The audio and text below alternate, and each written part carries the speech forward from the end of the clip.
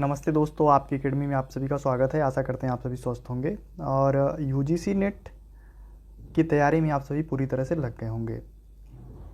Just 1 minute में हम class start करते हैं। जैसा कि आप सभी थंबनेल को आज देख रहे होंगे, आज हम यूनिट 8 हिंदी नाटक के अंतर्गत संकलित नाटक मोहन राकेश का संकलित नाटक आधे अधूरे पर बात करेंगे। इस पूरे नाटक को हम लाइन बाय लाइन एक एक लाइन पढ़ेंगे, एक एक महत्वपूर्ण इसके सभी तथ्यों को देखेंगे।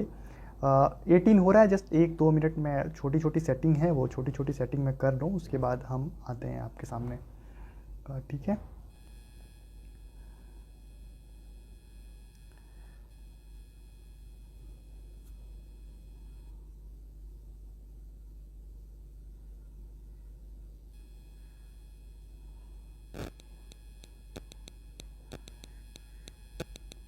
यही होता है, पहले सब कुछ करके रखा था, लेकिन ये होता है नेटवर्क की वजह से दिक्कत। ये छोटी छोटी दिक्कतों का सामना करना पड़ता है। खैर कोई नहीं, सब कुछ प्रिपेयर हो जाएगा जल्दी।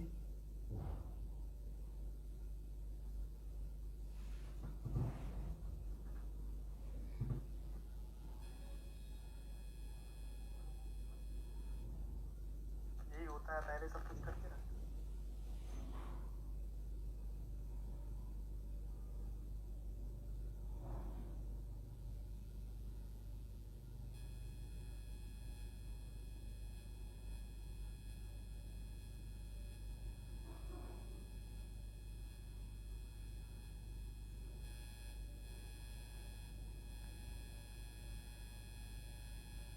बस एक बार वॉइस वगैरह ठीक कर लूँ, फिर करते हैं।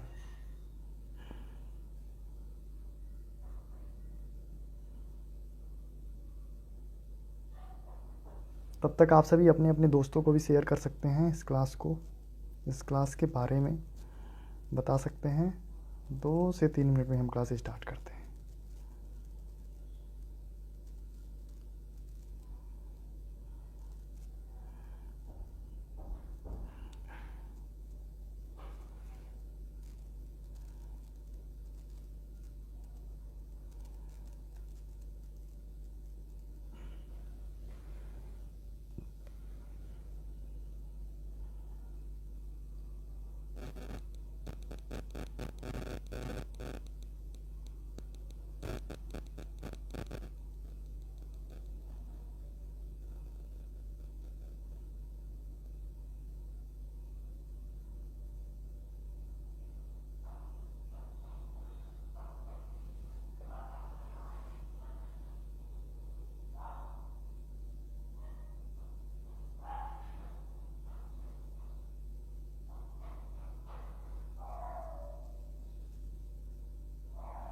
हेलो कृति, कैसे हो?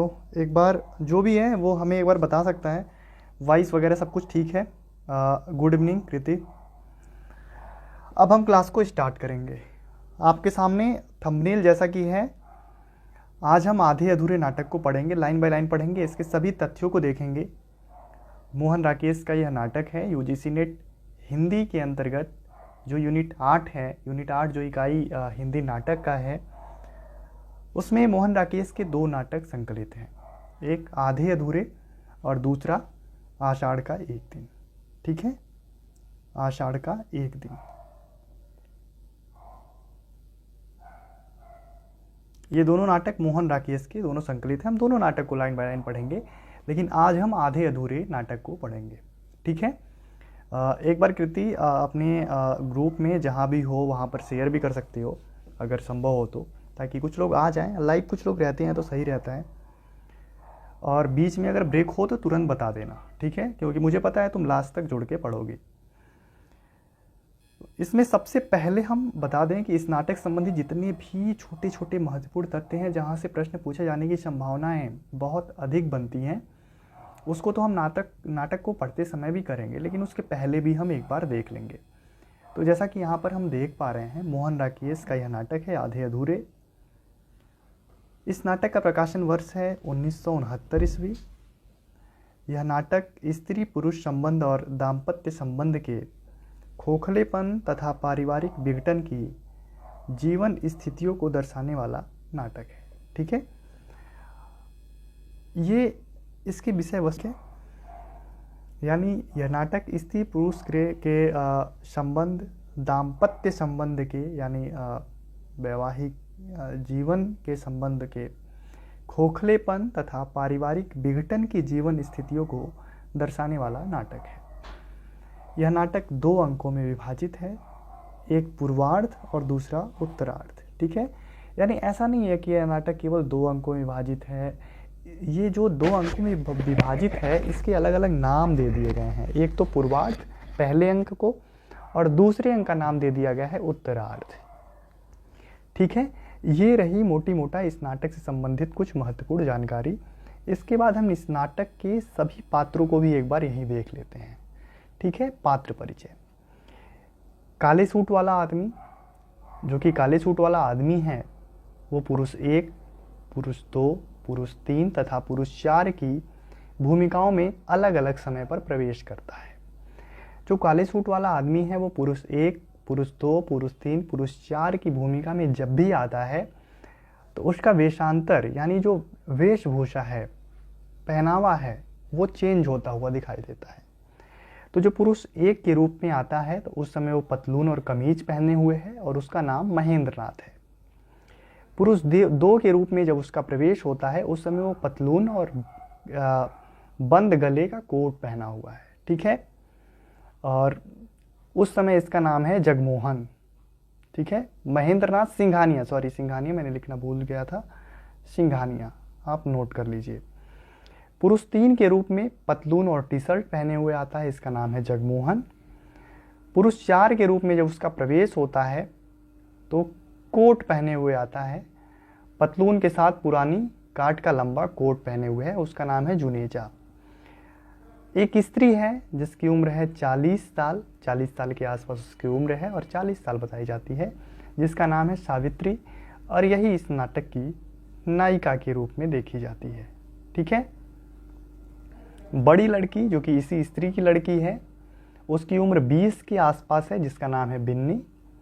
छोटी लड़की, इसी सावित्री की लड़की छोटी लड़की है जिसका उम्र है 12 से 13 साल, आप इसे ध्यान से रखिए, 12 से 13 साल के आसपास इसकी उम्र है, इसका नाम है किन्नी। लड़का जो है, लड़के की उम्र 21 के आसपास है और उसका नाम है अशोक। ठीक है, यहाँ तक क्लियर है, मतलब हमने पात्र परिचय देख लिया।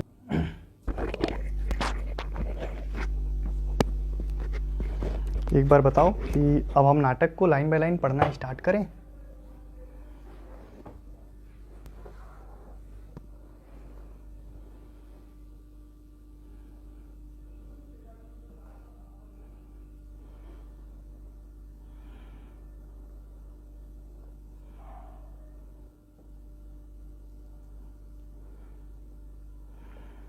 ठीक है, अब हम पूरे नाटक को लाइन बाय लाइन पढ़ते हैं और इसके बाद देखते हैं हम। ठीक है, सबसे पहले इसकी भूमिका को हम देखेंगे।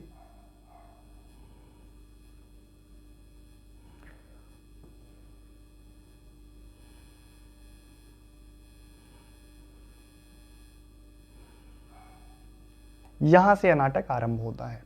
इसमें देखिए, सबसे पहले इसकी भूमिका, इसके मंचन के बारे में थोड़ा सा देख लेंगे कि पहला मंचन इसका कहां पर होता है। क्योंकि यहाँ से प्रश्न पूछे जा रहे हैं कि किस नाटक को का मंचन पहले कहाँ हुआ था, किस पात्र का कैरेक्टर किस व्यक्ति ने किया था, यहाँ तक कि अब ऐसे भी प्रश्न पूछे जा रहे हैं। तो यहाँ पर देखिए आप सभी, एक सेकेंड थोड़ा सा ब्राइटनेस अगर बढ़ा दूँ तो शायद आप लोगों को और भी क्लियर दिखेगा।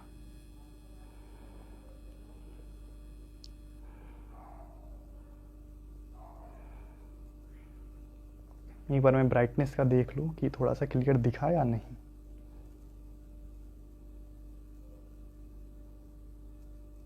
थोड़ा सा तो असर पड़ेगा। ठीक है, इसमें देखिए आधे अधूरे का पहला मंचन दिल्ली में देशांतर द्वारा श्री ओम शिवपुरी के निर्देशन में फरवरी 1969 में हुआ। निम्नलिखित कलाकारों ने निम्न पात्रों की भूमिका निभाई।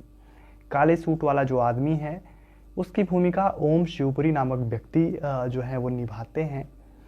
स्त्री सुधा शिवपुरी, जो स्त्री यानी सावित्री है, ठीक है। सुधा शिवपुरी है, स्त्री है, इस नाटक की नायिका भी है। उसका रोल जो है सुधा शिवपुरी निभाती हैं। उसके बाद पुरुष एक की भूमिका पुनः ओम शिवपुरी, यानी पुरुष एक कौन है? महेंद्र नाथ। मैं बार बार याद भी दिला रहा हूँ, जितनी बार आप रिपीट करोगे याद होता चला जाएगा। बड़ी लड़की जो है बिन्नी है इसका नाम, और इसकी भूमिका अनुराधा कपूर निभाती हैं, अनुराधा कपूर रोल करती हैं।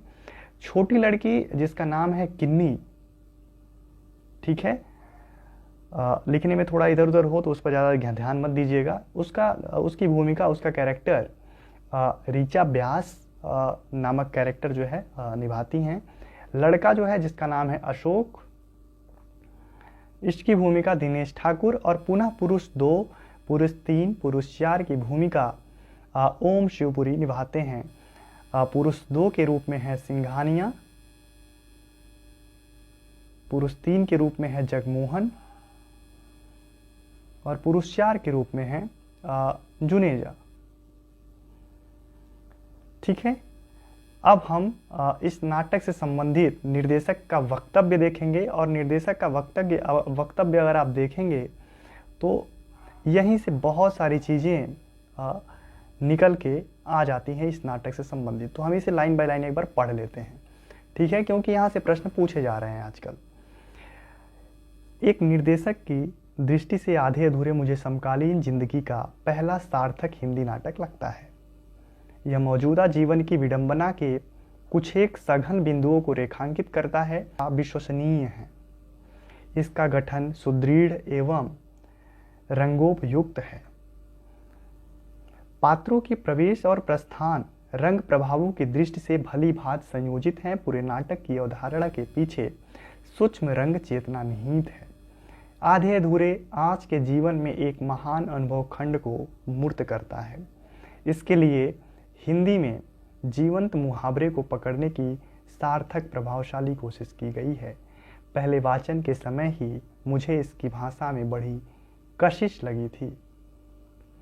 कहना न होगा कि इस नाटक की एक अत्यंत महत्वपूर्ण विशेषता इसकी भाषा है। ठीक है, ये निर्देशक के वक्तव्य में कहा गया है, महत्वपूर्ण पंक्ति है, ध्यान में रखिए। इसमें वह सामर्थ्य है जो समकालीन जीवन के तनाव को पकड़ सके। शब्दों का चयन, उनका क्रम, उनका संयोजन, सब कुछ ऐसा है जो बहुत संपूर्णता से अभिप्रेत को अभिव्यक्त करता है। लिखित शब्द की यही शक्ति और उच्चरित ध्वनि समूह का यही बल है जिसके कारण यह नाट्य रचना बंद और खुले दोनों प्रकार के मंचों पर अपना सम्मोहन बनाए रख सकी है। जहाँ तक अधिनिरूपण का सवाल है, आधे अधूरे मेरे कई दृष्टियों से अर्थवान है। यह आलेख एक स्तर पर स्त्री पुरुष के बीच के लगाव और तनाव का दस्तावेज है। बहुत महत्वपूर्ण पंक्ति है, इसे ध्यान में रखिए। महेंद्रनाथ सावित्री से बहुत प्रेम करता है। सावित्री भी उसे चाहती रही होगी, लेकिन ब्याह के बाद महेंद्रनाथ को बहुत निकट से जानने पर उससे वितृष्णा होने लगी, क्योंकि जीवन से सावित्री की अपेक्षाएं बहुमुखी और अत्यंत हैं। अब महेंद्रनाथ की बेकारी की हालत में सावित्री बहुत कटु हो गई है। एक ओर घर को चलाने का असहाय बोझ है, तो दूसरी ओर जिंदगी में कुछ भी हासिल न कर पाने की तीखी कचोट। अपने बच्चों के बर्ताव से अत्यंत तिक्त हुई सावित्री बची खुची जिंदगी को ही एक पूरे संपूर्ण पुरुष के साथ बिताने की आकांक्षा रखती है, पर यह आकांक्षा पूरी नहीं हो पाती, क्योंकि संपूर्णता की तलाश ही शायद वाजिब नहीं है। बहुत महत्वपूर्ण पंक्ति है, आप इसे ध्यान में रखिए। लास्ट में इस पर बात कर लेंगे। सावित्री की कमाई का पहला सावित्री की कमाई पर पलता हुआ बेकार महेंद्रनाथ, जो कि उसका पति है, दयनीय है। कभी जिस घर का वह गृह स्वामी था, आज उसी घर में उसकी हालत एक नौकर के समान है।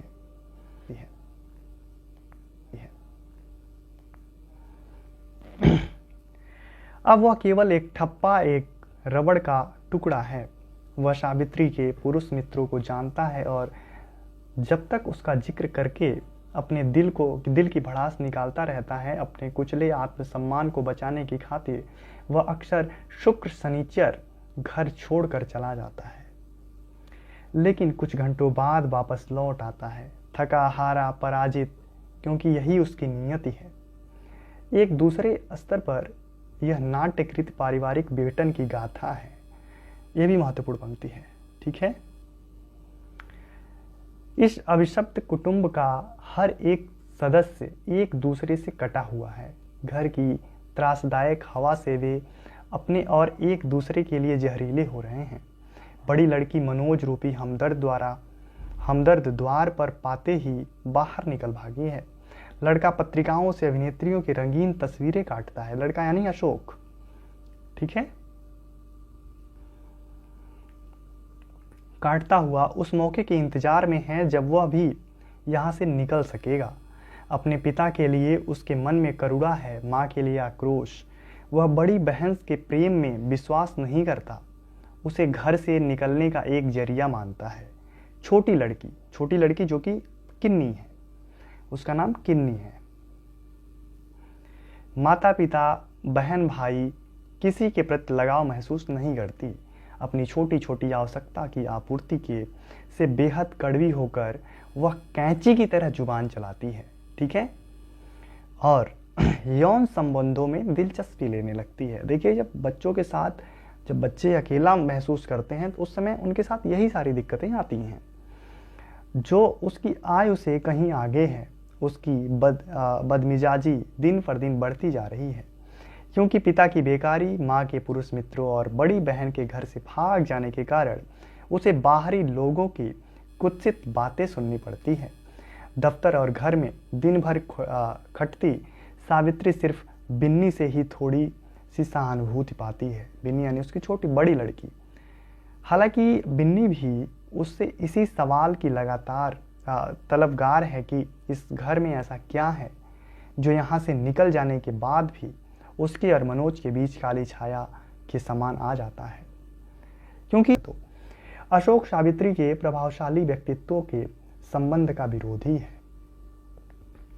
क्योंकि ऐसे लोगों के घर में आने पर वह अपनी निगाह में जितना छोटा है उससे कहीं और छोटा हो जाता है।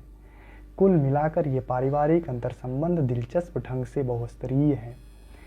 एक अन्य स्तर पर यह नाटक रचना मानवीय संतोष के अधूरेपन को रेखांकन है। जो जिंदगी से बहुत कुछ चाहते हैं उनकी तृप्ति अधूरी ही रहती है। महेंद्रनाथ, सिंघानिया, जगमोहन और जुनेजा ये अलग अलग गुणों के चार पुरुष हैं। चुनाव के एक क्षण में सावित्री ने महेंद्रनाथ के साथ गांठ बांध ली और आगे चलकर अपने को भरा पूरा महसूस नहीं किया। लेकिन अगर वह महेंद्रनाथ की बजाय जगमोहन से रिश्ता जोड़ती तब भी अनुभूति वही रहती, क्योंकि वह तब जगमोहन में जुनेजा के गुण नहीं मिलते और इस तरह यह दुष्चक्र चलता ही रहता। यानी ये बार बार स्तर पर यह नाटक मेरे लिए व्यक्तियों की विभिन्नता के बावजूद मानवीय अनुभव की समानता का दिग्दर्शन है। इसके लिए नाटककार ने एक ही अभिनेता द्वारा 5 पृथक भूमिकाएं निभाए जाने के दिलचस्प रंग युक्ति का सहारा लिया है। महेंद्रनाथ की जगह जगमोहन को रख देने से या जगमोहन के स्थान पर जुनेजा को रख देने से स्थिति में कोई बुनियादी अंतर नहीं पड़ता, क्योंकि परिस्थितियों की एक ढांचे में व्यक्ति लगभग समान ढंग से बर्ताव करता है। इसी अनुभव पर बल देने के लिए कुछ एक प्रदर्शनों में नाटक की शुरुआत के साथ एक स्पॉट कमरे में लगे मुखौटे को आलोकित करता था। आधे अधूरे का कार्यस्थल मकान पर का बैठने का कमरा है। अब देखिए कि आधे अधूरे जो ना है उसका वातावरण क्या है। तो ये कह रहा है कि आधे अधूरे का कार्यस्थल मकान का बैठने का कमरा है, जिसमें सोफे, कुर्सियां, मेजें, अलमारी, किताबें, फाइलें आदि हैं। यह कमरा एक समय साफ सुथरा रहा होगा, पर सालों की आर्थिक कठिनाइयों के कारण अब सब पर धूल की तह जम गई है। क्राकरी का चटकन है, दीवारें मटमैली हो गई हैं, परिवार का हर सदस्य एक दूसरे से कटा रहता है। घर की हवा तक में उस अस्थायी तख्ती की गंध है जो 5 व्यक्तियों के मन में भरी हुई है। ऊब, घुटन, आक्रोश, विद्रूप, दम घोटने वाली मनहूसियत जो मरघट में होती है। इस तनाव भरे वातावरण के संप्रेषण के लिए मुझे पहले बॉक्स सेट की उपयुक्त लगा और कई प्रारंभिक प्रदर्शनों में उसे ही अपनाया गया। साथ ही कुछ एक प्रदर्शनों में नाटक के शुरू और अंत में ऐसे पार्श्व संगीत का व्यवहार किया गया जिसकी ध्वनि तरंगे शमशान भूमि की शत्रस्त वीरानगी को संप्रेषित करती थी। नाटक के शुरू में कुछ प्रदर्शन बंद प्रेक्षागृहों में हुए। जब मुक्ताकाशी त्रिवेणी में प्रदर्शन की बात आई तो कुछ मित्रों ने शंका प्रकट की, नाटक संभवतः खुले मंच के लिए उपयुक्त नहीं है। उसमें नाटक के तनाव और सघनता के बिखर जाने का खतरा है। लेकिन मेरी यह मान्यता है कि गंभीर नाट्य दल को दर्शक पाने के लिए नए रास्ते ढूंढने होंगे। अगर नाटक गहन कलात्मक नाट्यानुभूति देने में समर्थ है, अगर वह जिंदगी की महत्वपूर्ण उथल पुथल पर उंगली रखता है, तो हो सकता है कि बाहर सड़क पर कुछ आहट या किसी कार के हॉर्न की आवाज़ मंच पर ही कलात्मक यात्रा में कोई रुकावट न डाल सके। मुझे संतोष है कि मेरा विश्वास सही साबित हुआ। बंद और खुले प्रेक्षागृह के अंतर से नाटक को प्रभावान्वित पर कोई असर नहीं पड़ा। दर्शक के साथ तादाद में उतना ही तीव्र और गहन रहा। इन्हीं दिनों यह अनुभव भी हुआ कि बॉक्स सेट कई व्यवहारिक मुश्किलें पैदा करता है। वह एक और जहाँ यहाँ पर नाटक से संबंधित बात हो रही है, हम इसको देखते हैं लास्ट में थोड़ा सा इसकी महत्वपूर्ण चीज़ों को। प्रमुख अभिनेता को 5 भूमिकाएं करनी हैं। इसके लिए एक दूसरे के ऊपर वस्त्र बदलता है। सबसे पहला काला सूट वाला आदमी, फिर कोट उतारकर कमीज महेंद्रनाथ, फिर बंद गले की कोट या टोपी सिंघानिया, आगे हाईनेक कमीज जगमोहन और फिर लंबा कोट जुनेजा। बिन्नी किन्नी अशोक की पोशाक में कोई परिवर्तन नहीं था। केवल सावित्री दूसरे अंक के लिए साड़ी बदलती है क्योंकि वह स्थिति की मांग थी। प्रस्तुति की अन्य उल्लेखनीय विशेषता थी मेकअप का न होना, यानी इस नाटक में मेकअप बिल्कुल नहीं हुआ है, आप ध्यान रखिए, ठीक है। उसके बाद नायिका केवल वही मेकअप किए हुए थी जो उस जैसी स्त्री वास्तविक जीवन में करती है। इसके अलावा किसी कलाकार ने पाउडर इत्यादि नहीं छुआ। इस प्रदर्शन की एक महत्वपूर्ण विशेषता थी नाटककार और निर्देशन का पारस्परिक सहयोग। पहले पूर्वाभ्यास से ही राकेश जी साथ में और पहले प्रदर्शन तक वे बराबर इस कलात्मक यात्रा के सहयात्री रहे। फर्नीचर में तिपाई के चुनाव से लेकर नाटक के अधिनिरूपण तक हमने साथ साथ काम किया। अनेक बार मतभेद हुए, लंबे वाद विवाद भी, लेकिन अंतिम रूप में जो नाट्य परिणाम सामने आया उसे लेकर हम दोनों ही सहमत थे। अर्थात प्रस्तुति में ऐसा एक भी तत्व नहीं था जिसमें या तो मैं असहमत होता या राकेश जी। यहीं पर यह जो नाटक है, इस नाटक की भूमिका जो कि निर्देशक के वक्तव्य के नाम से है वो समाप्त होती है। इसके बाद हम पुनः पात्र परिचय देख चुके हैं, एक बार और देख लेंगे। काला सूट वाला आदमी जो है जो कि एक पुरुष, दो पुरुष 3, ये पहले भी हम देख चुके हैं, इसे देखने की ज़रूरत नहीं है।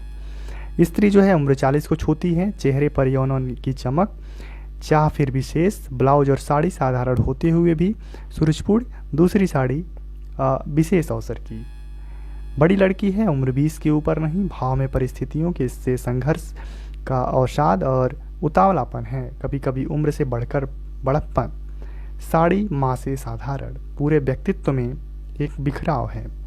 छोटी लड़की जो है उसकी उम्र है 12 और 13 के बीच, भाव स्वर चाल हर चीज़ में विद्रोह, फ्राक चुस्त पर एक मोजे में सुराख, उसके एक मोजे में सुराख है। लड़का उम्र 21 के आसपास, पतलून के अंदर दबी भड़केली बुशर्ट धुल धुल कर घिसी हुई है, चेहरे से यहाँ तक कि हंसी से भी झलकती खास तरह की कड़वाहट। मध्यवित्तीय स्तर से ढककर निम्न मध्यवित्तीय स्तर तक पर आया एक घर, सब रूपों में इस्तेमाल होने वाला वह कमरा जिसमें उस घर के व्यतीत स्तर के कई एक टूटते अवशेष, sofa set, dining table, cover dressing table आदि किसी न किसी तरह अपने लिए जगह बनाए हैं। जो कुछ भी हैं वह अपनी अपेक्षाओं के अनुसार न होकर कमरे की सीमाओं के अनुसार एक और ही अनुपात। एक चीज़ का दूसरी चीज़ से रिश्ता तात्कालिक सुविधा की मांग के कारण लगभग टूट चुका है। फिर भी लगता है कि वह सुविधा कई तरह की असुविधाओं से समझौता करके की गई हैं, बल्कि झूठ असुविधाओं में ही सुविधा खोजने की कोशिश की गई है। सामान में कहीं एक तिपाई, कहीं एक दो मोड़े, कहीं फटी पुरानी किताबों का एक शेल्फ और कहीं पढ़ने की एक मेज कुर्सी भी है। गद्दे, पर्दे, मेज पोश और पलंग पोश अगर हैं तो इस तरह घिसे, फटे या सिले हुए हैं कि समझ में नहीं आता कि उनका न होना क्या होने से बेहतर नहीं था। 3 दरवाजे 3 तरफ से कमरे में झांकते हैं। ठीक है, ध्यान में रखने की बात है। एक दरवाज़ा कमरे को पिछले अहाते से जोड़ता है, एक अंदर के कमरे से और एक बाहर। उसके बाद देखिए, बाहर का एक रास्ता अहाते से होकर भी रसोई में भी अहाते से होकर जाना होता है। पर्दा उठाने पर सबसे पहले चाय पीने के बाद डाइनिंग टेबल पर छोड़ा गया अधटूटा टी सेट अलोकित होता है। फिर फटी किताबें और टूटी कुर्सियां आदि में से एक एक कुछ सेकंड बाद प्रकाश सोफे के उस भाग पर केंद्रित हो जाता है जहां बैठा काले सूट वाला आदमी सिगार के कस खींच रहा है। उसके सामने रहते प्रकाश उसी तरह सीमित रहता है, पर बीच बीच में कभी यह कोना और कभी वह कोना साथ आलोकित हो उठता है। अब यहाँ से नाटक आरंभ होता है। नाटक का पहला अंक है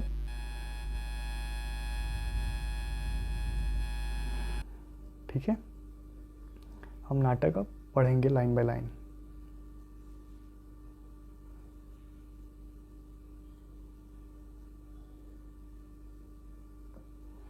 ठीक है, अब हम नाटक को लाइन बाय लाइन पढ़ते हैं। सबसे पहले देखिए, काला सूट वाला जो आदमी है वो कहता है, उसका दृश्य देख लीजिए। कुछ अंतर्मुख से सिगार की राख झाड़ता है, फिर एक बार फिर से वही शुरुआत, जैसे कोशिश से अपने को एक दायित्व के लिए तैयार करके सोफे से उठ पड़ता है। मैं नहीं जानता आप क्या समझ रहे हैं, मैं कौन हूँ और क्या आशा कर रहे हैं, मैं क्या कहने जा रहा हूँ। आप शायद सोचते हो कि मैं इस नाटक में कोई एक निश्चित इकाई हूँ, अभिनेता, प्रस्तुतकर्ता, व्यवस्थापक या कुछ और, परंतु मैं अपने संबंध में निश्चित रूप से कुछ भी नहीं कह सकता, उसी तरह जैसे इस नाटक के संबंध में नहीं कह सकता, क्योंकि यह नाटक भी अपने में मेरी ही तरह अनिश्चित है। अनिश्चित होने के कारण यह है कि, परंतु कारण की बात करना बेकार है। कारण हर चीज का कुछ न कुछ होता है। हालांकि यह आवश्यक नहीं कि जो कारण दिया जाए वास्तविक कारण वही हो। बहुत अच्छी बात है कि हालांकि यह आवश्यक नहीं कि जो कारण दिया जाए वास्तविक कारण वही। जब मैं अपने ही संबंध में निश्चित नहीं हूँ तो और किसी चीज के कारण अकारण के संबंध में निश्चित कैसे हो सकता हूँ। सिगार के कस खींचता है, पल भर सोचता सा खड़ा रहता है, मैं वास्तव में कौन हूँ। यह एक ऐसा सवाल है जिसका सामना करना इधर आकर मैंने छोड़ दिया। जो मैं इस मंच पर हूँ वह यहाँ से बाहर नहीं हूँ, और जो बाहर हूँ, खैर इसमें आपकी क्या दिलचस्पी हो सकती है कि मैं यहाँ से बाहर क्या हूँ। शायद अपने बारे में इतना कह देना काफ़ी है। अब इस नाटक संबंधी जो भी महत्वपूर्ण चीज़ें होंगी, महत्वपूर्ण पंक्ति होंगी। सावित्री की शादी महेंद्र नाथ से होती है, और जब महेंद्र नाथ से शादी होती है तो उसके 3 बच्चे हैं। वो 3 बच्चों में सबसे पहले बड़ी लड़की है बिन्नी, उसके बाद छोटी लड़की है किन्नी, और एक लड़का है अशोक। ठीक है, और जिससे शादी होती है वो शादी होती है महेंद्र नाथ से। महेंद्र नाथ और सावित्री नौकरी करती है और पूरे परिवार की देखभाल करना आरंभ करती है। इस बीच दूसरी तरफ सावित्री अन्य पुरुषों से, चूंकि बाहर जा रही है, कामकाज में है, तो अब कंपनी में काम कर रही है, तो लोगों से बातचीत होना ही है। तो इस बीच वो 2 पुरुषों के संबंध में आती है। संबंध में मतलब उनसे बातचीत करती है, घर पे आते हैं लोग, चाय पानी पीते हैं, बैठ के घूमने जाती हैं। ये सब कुछ महेंद्र नाथ को अच्छा नहीं लगता है। वो 2 पुरुष हैं, एक जगमोहन और एक है सिंघानिया। ठीक है, ये सब कुछ इनको अच्छा नहीं लगता। और महेंद्रनाथ का एक दोस्त है जुनेजा, ठीक है, ये भी सावित्री के संपर्क में ही है, समझिए यहाँ पर। तो ये सब कुछ महेंद्रनाथ को अच्छा नहीं लगता। और इस बीच जो बड़ी लड़की है, वो बड़ी लड़की मनोज नाम की एक व्यक्ति के साथ भग करके शादी कर लेती है। छोटी लड़की जो किन्नी है, इसका देखभाल करने वाला कोई नहीं है, कोई नहीं इन द सेंस जो इसकी माँ है सावित्री, वो बाहर जाती है काम करने। पिता की हालत आप देख ही रहे हो, भाई पूरी तरह से परेशान है, माँ बाप बहन इन सबको देखने के बाद।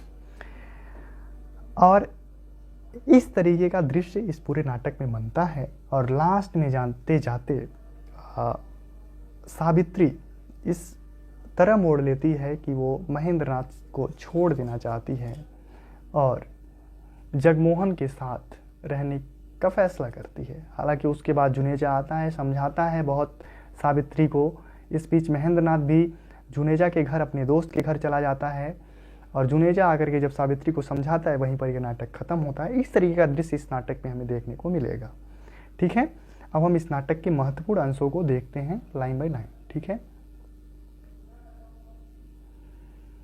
यहां से पूरे नाटक आप समझ गए होंगे। कमरा खाली है, तिपाई पर खुला हुआ हाई स्कूल का बैग पड़ा है। सोफे पर एक पुराने मैगजीन, एक कैंची और कुछ कटी अधकटी तस्वीरें रखी हैं। ठीक है, ये काम कौन कर रहा है? ये काम कर रही है जो कैंची ली है उसकी छोटी लड़की किन्नी।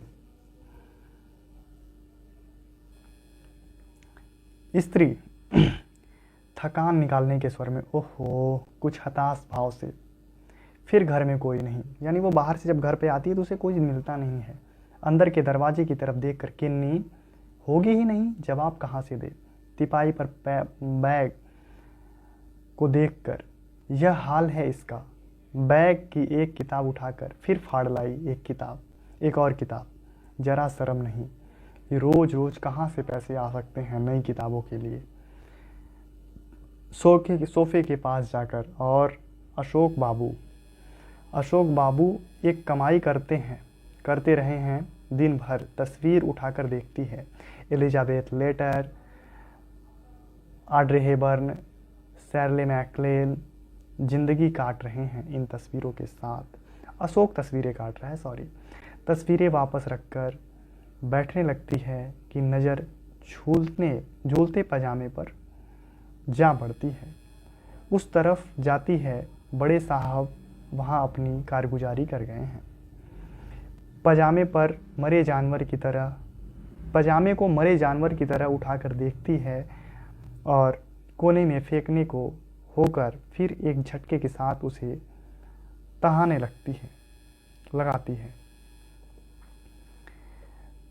दिन भर घर पर रहकर आदमी और कुछ नहीं तो अपने कपड़े तो ठिकाने पर रख सकता है। देखिए इसकी क्या हालत है, वो बाहर काम करने जा रही है, घर आ रही है तो सब कुछ अस्त व्यस्त दिखा, इन सब चीज़ों से परेशान है।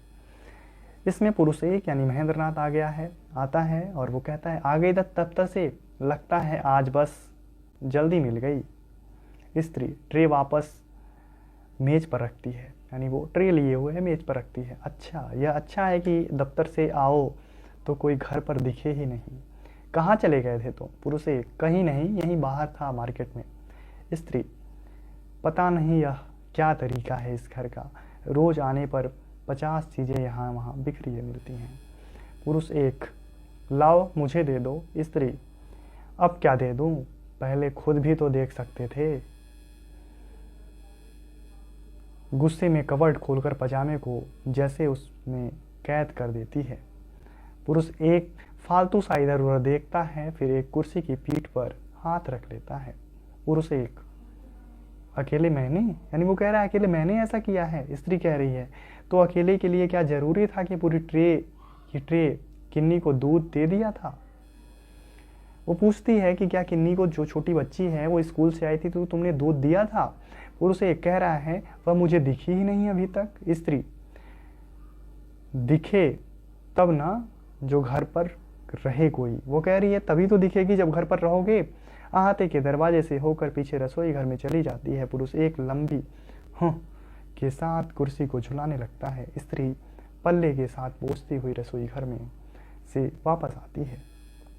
पुरुष 1, मैं बस थोड़ी देर के लिए निकला था बाहर। स्त्री, मुझे क्या पता कितनी देर के लिए निकले थे, वह आज फिर आएगा अभी थोड़ी देर में।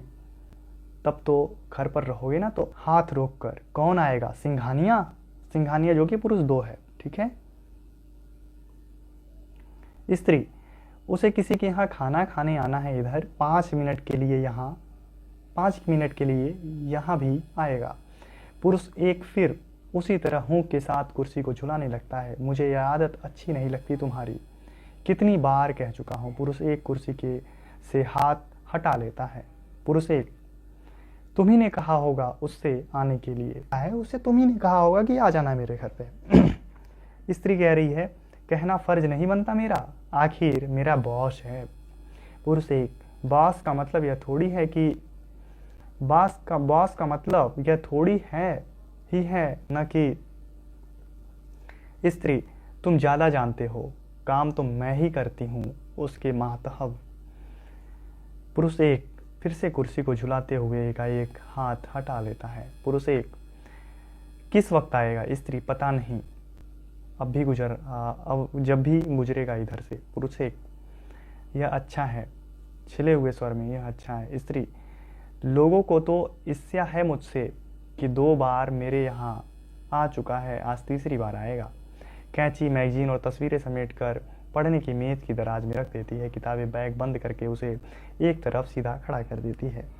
इस तरह से पुरुष 1 और स्त्री के बीच बातचीत चलती है। और ये देखिए पूरी बातचीत चल रही है इसमें, जहाँ पर महत्वपूर्ण अंश होगा हम उसे देखेंगे, ठीक है।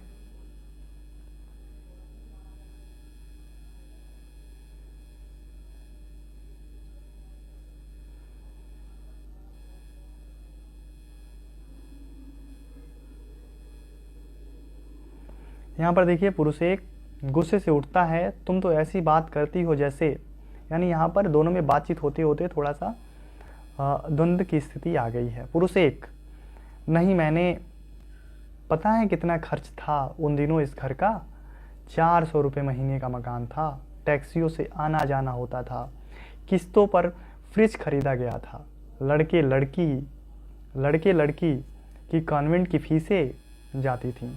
मतलब ये कह रहा, बात यहाँ तक आ गई कि तुमने क्या क्या किया इस घर के लिए। सावित्री ऐसा कह रही है, तो वो बताता है कि मैंने क्या किया उस समय जब मैं कमाता था तो क्या क्या होता था। स्त्री, शराब आती थी, दावतें उड़ती थी, उन सब का पैसा तो खर्च होता ही था। वो कह रही है कि उस समय ये सब तो होता था, लेकिन शराब भी आती थी, दावतें उड़ती थी। पुरुष 1, तुम लड़ना चाहती हो? स्त्री, तुम लड़ भी सकते हो इस वक्त, ताकि उसी बहाने चले जाओ घर से।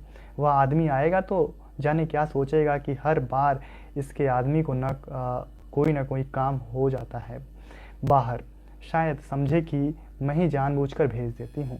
पुरुष 1, वह मुझसे तय करके तो आता नहीं है कि मैं अपने लिए उसके लिए मौजूद रहा करूँ घर पर, ठीक है। अभी भी उन दोनों के बीच बातचीत चल रही है, ठीक है। यहाँ पर देखिए महत्वपूर्ण अंश है थोड़ा। पुरुष 1 कहता है, स्त्री कहती है, जैसे 1000 बार कहोगे कि लड़के की नौकरी के लिए किसी से बात क्यों नहीं करती, अपने पति से कह रही है। और जब मैं मौका निकालती हूँ उसके लिए तो। पुरुष 1, हाँ, सिंघानिया तो लगवा ही देगा जरूर, इसलिए बेचारा आता है यहाँ चलकर। स्त्री, शुक्र नहीं मानते कि इतना बड़ा आदमी सिर्फ एक बार कहने भर से। पुरुष 1, मैं नहीं शुक्र मानता, जब किसी नए आदमी का आना जाना शुरू होता है यहाँ, मैं हमेशा शुक्र मानता हूँ। पहले जगमोहन आया करता था, फिर मनोज आने लगा था। मनोज वही मनोज है जिसके साथ इसकी बेटी भाग जाती है, बिन्नी, ठीक है। स्त्री, और क्या क्या बात रह गई है कहने को बाकी है, वह भी कह डालो जल्दी से। पुरुष 1, क्या जगमोहन का नाम मेरी जबान पर आया नहीं कि तुम्हारे हवास गुम होने लगे। अभी भी दोनों के बीच बातचीत चल रही है। और स्त्री, जितनी नाशुक्र आदमी तुम हो उसमें तो मन करता है कि आज ही मैं, कहती हुई अहाते के दरवाजे की तरफ मुड़ती ही है कि बाहर से बड़ी लड़की की आवाज़ सुनाई देती है। बड़ी लड़की, मम्मा। स्त्री रुक कर उस तरफ देखती है, चेहरा कुछ फीका पड़ जाता है। स्त्री बिन्नी आई है बाहर। पुरुष एक न चाहते मन से अखबार लपेटकर उठ खड़ा होता है। पुरुष एक फिर उसी तरह आई होगी। स्त्री आगे जाकर देख लोगे क्या चाहिए उसे। बड़ी लड़की की आवाज़ फिर सुनाई देती है। बड़ी लड़की, मम्मा टूटे 50 पैसे देना जरा। पुरुष एक किसी अनचाही स्थिति का सामना करने की तरह बाहर के दरवाजे की तरफ बढ़ता है। स्त्री, 50 पैसे हैं न तुम्हारी जेब में? होंगे तो सही, दूध के पैसे में से बचे हुए। पुरुष एक, मैंने सिर्फ 5 पैसे खर्च किए हैं अपने घर इस अखबार के लिए। बाहर निकल जाता है। स्त्री पल भर उधर देखती रहकर अहाते के दरवाजे इसमें से रसोई घर में चली जाती है। बड़ी लड़की बाहर से आती है। पुरुष एक उसके पीछे पीछे आकर इस तरह कमरे में नज़र दौड़ाता है कि जैसे स्त्री के उस समय कमरे में ना होने से वह अपने को गलत जगह पर अकेला पा रहा है। पुरुष एक, बैठ तू। बड़ी लड़की, मम्मा कहाँ हैं? पुरुष एक, उधर होंगी रसोई घर में। बड़ी लड़की, मम्मा। स्त्री दोनों हाथों में चाय की प्यालियां लिए अहाते के दरवाजे से आती है। स्त्री, क्या हाल है तेरे? ठीक है। पुरुष एक स्त्री के हाथों के इशारे बतलाने की कोशिश करता है कि वह अपने साथ सामान कुछ भी नहीं लाई। स्त्री, चाय लेगी? बड़ी लड़की, अभी नहीं, पहले हाथ मुंह धो लूँ। गुसलखाने से में जाकर सारा जिस्म इस तरह चिपचिपा रहा है कि बस। स्त्री, तेरी आंखें ऐसी क्यों हो रही हैं? बड़ी लड़की, कैसी हो रही हैं? स्त्री, पता नहीं कैसी हो रही हैं। बड़ी लड़की, तुम्हें ऐसे ही लग रहा है, मैं अभी आती हूँ हाथ मुंह धोकर। यहाँ पर देखिए क्या है कि जो बड़ी लड़की है वो अपने घर यानी मनोज के घर से गुस्से से आई है, गुस्सा होकर के आई है, ठीक है। बीच वो आ गई है और लगातार वो आती रहती है बातचीत से, ऐसा लग रहा है। इन दोनों के बीच बातचीत चलती है। पुरुष एक परेशान है कि जो बड़ी लड़की की शादी हुई है, जिसके साथ भग के गई है, वहाँ भी खुश नहीं है। ऐसी स्थिति में बेचारा क्या करेगा, परेशान ही रहेगा, ठीक है। यहाँ पर हम देखते हैं, चलते हैं, उन सभी के बीच में बातचीत ही हो रही है। इसमें कुछ महत्वपूर्ण अंश है तो देख लेते हैं। बड़ी लड़की, मेरा मतलब है कि शादी से पहले मुझे लगता था कि मनोज को बहुत अच्छी तरह जानती हूँ, पर अब आकर लगने लगा है कि वह बिल्कुल जानना नहीं था। स्त्री, तो क्या उसके चरित्र में कुछ ऐसा है जो? बड़ी लड़की, नहीं, उसके चरित्र में ऐसा कुछ नहीं है, इस लिहाज से बहुत साफ आदमी है वह। स्त्री, तो फिर क्या उसके स्वभाव में कोई ऐसी बात है जिसमें? बड़ी लड़की, नहीं, स्वभाव उसका हर आदमी जैसा है, बल्कि आम आदमी से ज़्यादा खुशदिल कहना चाहिए उसे। स्त्री, तो फिर? बड़ी लड़की, यही तो मैं भी नहीं समझ पाती, पता नहीं कहाँ पर क्या है जो गलत है। स्त्री, उसकी आर्थिक स्थिति ठीक है? बड़ी लड़की, ठीक है। स्त्री, सेहत? बड़ी लड़की, बहुत अच्छी है। पुरुष एक, सब कुछ अच्छा ही अच्छा है, फिर तो शिकायत किस बात की है? स्त्री, तुम बात समझने भी दोगे? बड़ी लड़की से, जब इनमें से किसी चीज़ की शिकायत नहीं है तुझे, तब या तो कोई बहुत खास वजह होनी चाहिए, या? बड़ी लड़की, या? स्त्री, या मैं अभी नहीं कह सकती। बड़ी लड़की, वजह सिर्फ वह हवा है जो हम दोनों के बीच से गुजरती है। बहुत अच्छी पंक्ति। क्या कहा? हवा? बड़ी लड़की, हाँ, हवा। पुरुष एक, यह वजह बताई है इसने, हवा। स्त्री, मैं तेरा मतलब नहीं समझी। बड़ी लड़की, मैं शायद समझा भी नहीं सकती, किसी दूसरे को तो क्या अपने को भी नहीं समझा सकती। मम्मा, ऐसा भी होता है क्या कि?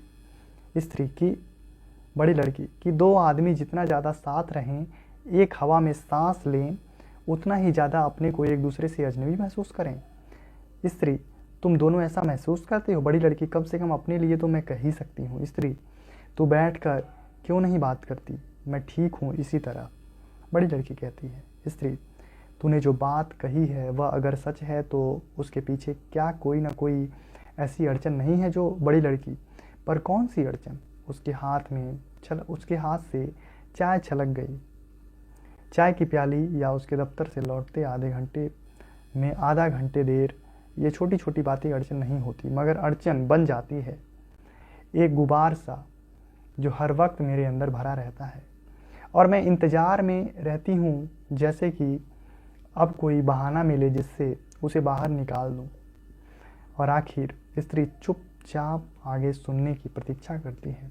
आखिर वह सीमा आ जाती है जहाँ पहुंचकर वह निढाल हो जाता है। ऐसे में वह एक ही बात कहता है, स्त्री क्या, बड़ी लड़की, कि मैं इस घर से ही अपने अंदर कुछ ऐसी चीज़ ले गई हूँ जो किसी भी स्थिति में मुझे स्वाभाविक नहीं रहने देती। ये बहुत ही महत्वपूर्ण पंक्ति है। ठीक है।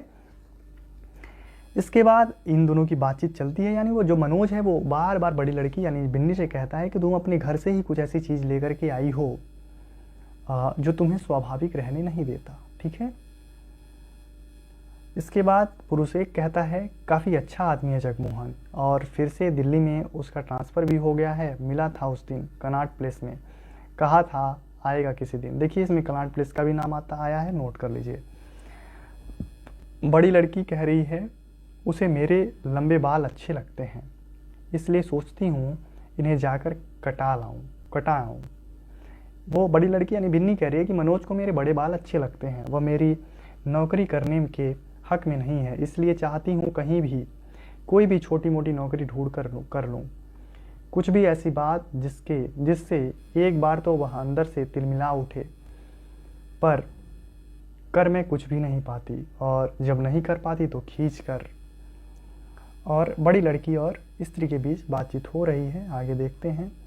इस बीच यहाँ पर देखिए छोटी लड़की का प्रवेश होता है। छोटी लड़की, कुछ पता नहीं चलता यहाँ तो, तीनों में से केवल स्त्री उसकी तरफ देख पाती है। स्त्री, क्या कह रही है तू? छोटी लड़की, बताओ, चलता है कुछ पता? स्कूल से आई तो घर पर कोई नहीं मिला, और अब आई हूँ तो तुम भी हो, डैडी भी हैं, बिन्नी भी है, पर सब लोग ऐसे चुप हैं जैसे, यानी वो बार बार जब घर पर आती है तो या तो कोई मिलता नहीं, आप तो ठीक है, और इस वजह से वो परेशान है लड़की। छोटी लड़की, तो उठा लो ना मुझे स्कूल से, जैसे शौकी मारा फिरता है सारा दिन, मैं भी फिरती रहा करूँगी। शौकी वो अशोक को कहती है, अपने भाई को। वो कह रही है कि ऐसी बात है, अगर कोई मुझे नहीं झेलना चाहता है तो स्कूल से कटवा दो नाम मेरा, और जैसे शौकी पागलों की तरह मारा फिरता है, मैं भी घूमूंगी। उसके बाद आगे देखिए, बड़ी लड़की कहती है, कल मुझे रीलो का डिब्बा ज़रूर चाहिए। छोटी लड़की कह रही है, मुझे रीलो का डब्बा ज़रूर चाहिए, और मिस बनर्जी ने सब लड़कियों से कहा है आज की फाउंडर्स डे पीटी के लिए 3-3 नए किट। कितने? 3-3 सब लड़कियों को बनवाने हैं, और तुमने कहा था क्लिप और मोजे इस हफ्ते ज़रूर आ जाएंगे। आ गए हैं? कितनी शर्म आती है मुझे फटे मोजे पहनकर स्कूल जाते। पल भर की औगड़ खामोशी। स्त्री जो है वो कहती है कि अच्छा देख, स्कूल से जाकर तू अपना बैग यहाँ खुला छोड़ गई थी, मैंने आकर बंद किया है, पहले इसे अंदर रख कर आ। छोटी लड़की, तुमने मेरी बात सुनी है? स्त्री, सुन ली है। छोटी लड़की, तो जवाब क्यों नहीं दिया कुछ? मैं कर रही हूँ क्लिप और मोजों की बात, और कह रही है बैग अंदर रख कर आ। बड़ी लड़की कहती है कि हम कह पाते थे इतनी बात, यानी छोटी लड़की की बात सुनकर के बड़ी लड़की कह रही है अपनी माँ से, इस सावित्री से, कि क्या हम लोग भी ऐसी बात कह पाते थे। आगे इसमें देखते हैं कुछ महत्वपूर्ण अंश मिले तो। बड़ी लड़की, जो तुमसे नहीं संभलता और वह किससे संभल सकता है इस घर में, जान सकती हूँ।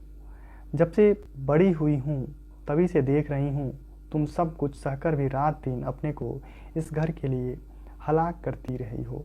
यानी जो बड़ी लड़की है वो पहले भूमिका में भी देख के आए हैं कि वो अपनी माँ के संदर्भ में कुछ उसके तरफ रह करके बात करती हुई दिखाई देती है। ठीक है, आगे देखते हैं। यहाँ पर बड़े लड़के का भी प्रवेश होता है। बड़े लड़के और पुरुष दो के बीच कुछ बातचीत होती है। जब वो आता है, पुरुष एक कहता है, हाँ पूछ कर ही जानना है आज कितने साल हो चुके हैं मुझे ज़िंदगी का भार ढोते, उनमें से कितने साल बीते हैं मेरे इस परिवार की देख रेख करते, और उस सब के बाद मैं आज पहुंचा कहाँ हूँ। यहाँ के जिसे देखो वही मुझे उल्टे ढंग से बात करता है, जिसे देखो वही मुझसे बदतमीजी से पेश आता है। वो अपना अपनी स्थिति बयां कर रहा है, सावित्री से पेश आ रहा है। यहाँ पर लड़का कह रहा है कि मैंने तो सिर्फ इसलिए कहा था डैडी की, यानी पुरुष जो लड़का है वो कुछ कहा है। इस बीच पुरुष एक पुनः कह रहा है कि किसे सुना सकता हूँ, कोई है जो सुन सकता है, जिन्हें सुनना चाहिए वे सब जो एक रबड़ स्टैम्प के सिवा कुछ समझते ही नहीं मुझे, सिर्फ ज़रूरत पड़ने पर इस स्टैम्प को का ठप्पा लगाकर। स्त्री, ये बहुत बड़ी बात नहीं कह रहे तुम? लड़का, मम्मा। स्त्री, मुझे सिर्फ इतना पूछ लेने दे इनसे कि रबड़ स्टैम्प के माने क्या होते हैं। इस एक अधिकार, एक रुतबा, एक इज्जत, यही ना? लड़का, सुनो तो सही मम्मा। स्त्री, यह सब कब कब मिला है इनसे किसी को भी इस घर में? किस माने में ये कहते हैं कि पुरुष एक?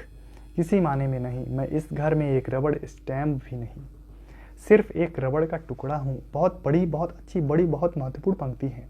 वो कह रहा है कि मैं इस घर में एक रबड़ स्टैम्प भी नहीं, सिर्फ एक रबड़ का टुकड़ा हूँ, बार बार घिसा जाने वाला रबड़ का टुकड़ा। इसके बाद क्या कोई मुझे इसका वजह बता सकता है? एक भी ऐसी वजह कि क्यों मुझे रहना चाहिए इस घर में? सब लोग चुप रहते हैं। नहीं बता सकता ना? स्त्री, मैंने एक छोटी सी बात पूछी थी तुमसे। पुरुष एक, हाँ छोटी सी बात ही तो है। यह अधिकार, रुतबा, इज्जत, यह सब, यानी बार बार वो बात कर रहा है। पुरुष एक, अपनी ज़िंदगी चौपट करने का जिम्मेदार मैं हूँ, तुम्हारी ज़िंदगी चौपट करने का जिम्मेदार मैं हूँ, इन सबकी ज़िंदगी चौपट करने का जिम्मेदार मैं हूँ। फिर भी मैं इस घर से चिपका हूँ क्योंकि अंदर से मैं आराम तलब हूँ, घर घुसरा हूँ, मेरी हड्डियों में जंग लगा है। स्त्री, मैं नहीं जानती तुम सचमुच ऐसा महसूस करते हो या? पुरुष एक, सचमुच महसूस करता हूँ। मुझे पता है मैं एक कीड़ा हूँ जिसने अंदर ही अंदर इस घर को खा लिया है। महत्वपूर्ण पंक्ति है। बाहर के दरवाजे की तरफ चला जाता है, पर अब पेट भर गया है मेरा, हमेशा के लिए भर गया है, और बचा भी क्या है जिसे खाने के लिए, और रहता रहूँ यहाँ। चला जाता है कुछ देर के लिए, जब लोग जड़ से हो जाते हैं, रहते हैं। फिर छोटी लड़की हाथ में टोस्ट को मुंह की ओर ले जाती है। बड़ी लड़की, तुम्हारा ख्याल है मम्मा? स्त्री, लौट आएंगे रात तक, हर शुक्र शनिचर यही सब होता है। और वो जाता है तो फिर जुनेजा के घर चला गया है, अपने दोस्त के घर। वो अंत में ही लौटता है। इसके बाद सबके बीच बातचीत हो रही है। इस बीच बड़ा जो उसका लड़का है अशोक, वो भी परेशान है। स्त्री, 5,000 तनख्वाह है उसकी, पूरी दफ्तर संभालता है। कौन है ये पता है? यह है सिंघानिया, जिसकी बात वो कर रही है। लड़का, 5,000 तनख्वाह है, पूरा दफ्तर संभालता है, पर इतना होश नहीं है कि अपनी पतलून के बटन। स्त्री, अशोक, मतलब उसकी बात वो कर रहा है। महत्वपूर्ण अंश इसमें देखते हैं। स्त्री, पढ़ाई थी तो तूने पूरी नहीं की, एयर फ्रिज में नौकरी दिलवाई थी तो वहाँ से 6 हफ्ते बाद छोड़कर चला आया। अब मैं नए सिरे से कोशिश करना चाहती हूँ, तो यानी वो अशोक के बारे तुम, जिसकी मैं कोशिश कर रही हूँ नौकरी लगवाने के लिए, वहाँ भी तुम इस तरह की बात कर रहे हो। यानी यहाँ पर स्त्री जो है एक अपने बॉस को बुलाती है, सावित्री, सिंघानिया को। सिंघानिया से वो अशोक के लिए नौकरी की बात करती है, अशोक के लिए नौकरी की बात करती है, लेकिन और वो बहुत ज़्यादा लोड भी नहीं लेता नौकरी करने के बारे में। तो वही वो बार बार कह रही है। स्त्री, तू ठहर, मुझे बात करने दे। दिलचस्पी तो तेरी सिर्फ 3 चीज़ों में है, दिन भर ऊँगने में, तस्वीरें काटने में, और घर की वह चीज़ ले जाकर। लड़का, इसे घर कहती हो तुम? स्त्री, तो तू इसे क्या समझ कर रहता है यहाँ? लड़का, मैं इसे, बड़ी लड़की, देख अशोक, मम्मा के यह सब कहने का मतलब सिर्फ इतना है कि। लड़का, मैं नहीं जानता, मतलब तू चली गई यहाँ से मैं तो अभी यहीं रहता हूँ। स्त्री, हताश भाव से, तो क्यों नहीं तू भी फिर? बड़ी लड़की, झिझकने के स्वर में, कैसी बात कर रही हूँ मम्मा? स्त्री, कैसी बात कर रही हूँ? यहाँ पर सब लोग समझते क्या है मुझे? एक मशीन जो कि सबके लिए आटा पीस कर रात को दिन और दिन को रात करती रहती है, मगर किसी के मन में जरा सा भी ख्याल नहीं है कि इस चीज़ के लिए कि कैसे मैं इस बीच ही बाहर के दरवाजे पर पुरुष 2 की आकृति दिखाई देती है कि किवाड़ पर हल्के से खटखटा देता है। स्त्री चौंक कर उधर देखती है और अपनी अतकही बात को बीच में ही चबा देती है। अब यहाँ पर पुरुष 2 यानी सिंघानिया का प्रवेश होता है। सिंघानिया का घर में प्रवेश होने से सिंघानिया अलग तरीके से बात कर सिंघानिया आता है, पुरुष 2, दोनों के बीच बातचीत होती है। पुरुष 2 एक लेख था कहीं रिजर्ड डाइजेस्ट में था कि अधिक चाय से पीने से डिजर्ट डाइजेस्ट भी क्या चीज़ निकलते हैं। ठीक है, वो चाय वाय पीने के बीच बात करता है इस तरीके से। ठीक है, पुरुष 2 न चाय न कॉफ़ी। एक घटना सुनाऊं आपको कॉफ़ी पीने के संबंध में। आज की बात नहीं, बहुत साल पहले की बात है, तब की जब मैं अपने विश्वविद्यालय की साहित्य सभा का मंत्री था। हाँ, साहित्यिक गतिविधियों में रुचि आरंभ से ही थी। सो लड़की और लड़के से बैठ जाओ तुम लोग, बड़ी लड़की बैठ जाती है, लड़का। बात यह है कि स्त्री, अभी इन दोनों यानी बड़ी लड़की, लड़का और सिंघानिया के बीच आपस में बातचीत चलती है, नौकरी की बातचीत वो करती है, इसमें कुछ ऐसा नहीं है।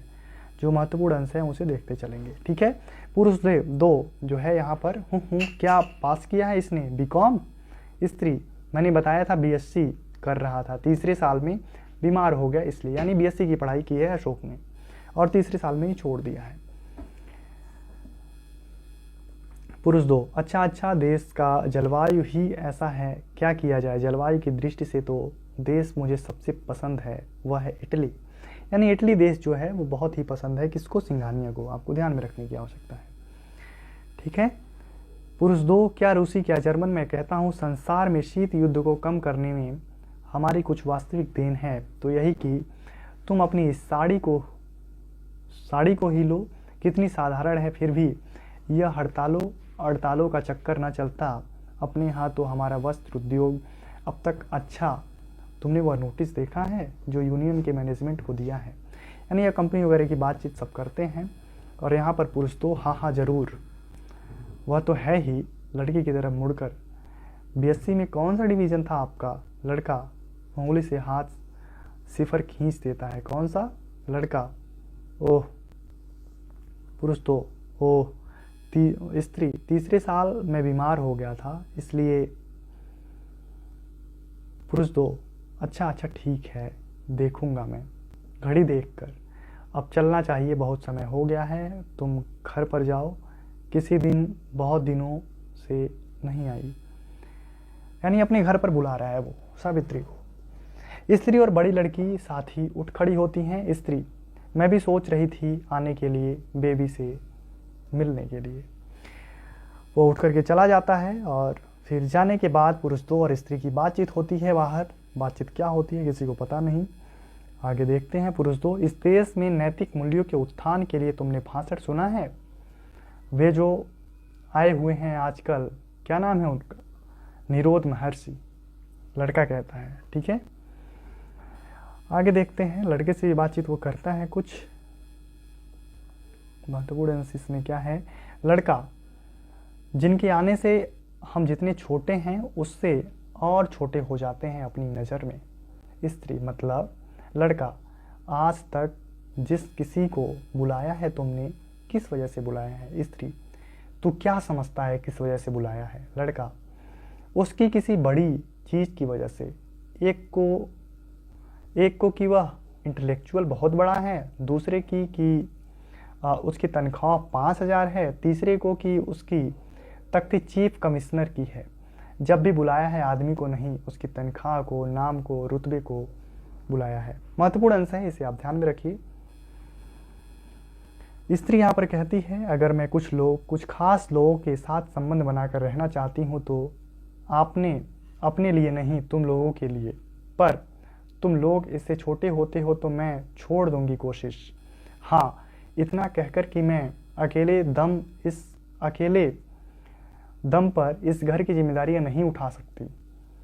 और एक आदमी है जो घर का सारा पैसा डुबोकर सालों से हाथ पर हाथ धरे बैठा है। घर का सारा पैसा डुबोकर यानी वो अपने पति की तरफ संकेत कर रही है। दूसरा, अपनी कोशिश से कुछ करना तो दूर, मेरे सिर फोड़ने से भी किसी ठिकाने लगना अपना अपमान समझता है। ऐसे भी मुझसे भी नहीं निभ सकता। जब और किसी को यहाँ दर्द नहीं किसी चीज़ का, तो अकेली मैं ही क्यों अपने को चीतती रहूं। रात दिन मैं भी क्यों ना सुरखरू होकर बैठी रहूं अपनी जगह। उससे तो तुम में से कोई छोटा नहीं होगा। लड़का चुप रहकर मेज की दराज खोलने बंद करने लगता है। चुप क्यों है अब बता, अपने बड़प्पन से जिंदगी काटने का क्या तरीका सोच रहा है तू। स्त्री, तुच्छ नहीं तहना है तुझे, बैठ दा तुलसी पर और तछवीले तात, तितली तछवीले ताती हैं अब तात गाले मुन्ने, मानिए तो तुलाते हुए अपने लड़के से कह रही है। ठीक है,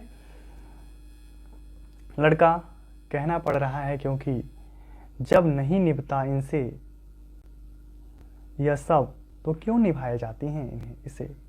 स्त्री, मैं निभाए जाती हूँ क्योंकि लड़का कोई और निभाने वाला नहीं है। यह बात बहुत बार कही जा चुकी है इस घर में, वो बार बार कह रहा है और यही बात द्वंद्व चल रहा है सबके बीच में। तो अब देखिए यहाँ पर स्त्री कहती है, तो ठीक है, आज से मैं सिर्फ अपनी ज़िंदगी को देखूंगी, तुम लोग अपनी अपनी ज़िंदगी को खुद देख लेना। ठीक है, वह कहते हुए यहाँ पर महत्वपूर्ण अंश से देख लेते हैं। बड़ी लड़की एक हाथ से दूसरे हाथ के नाखूनों को मसलने लगती है।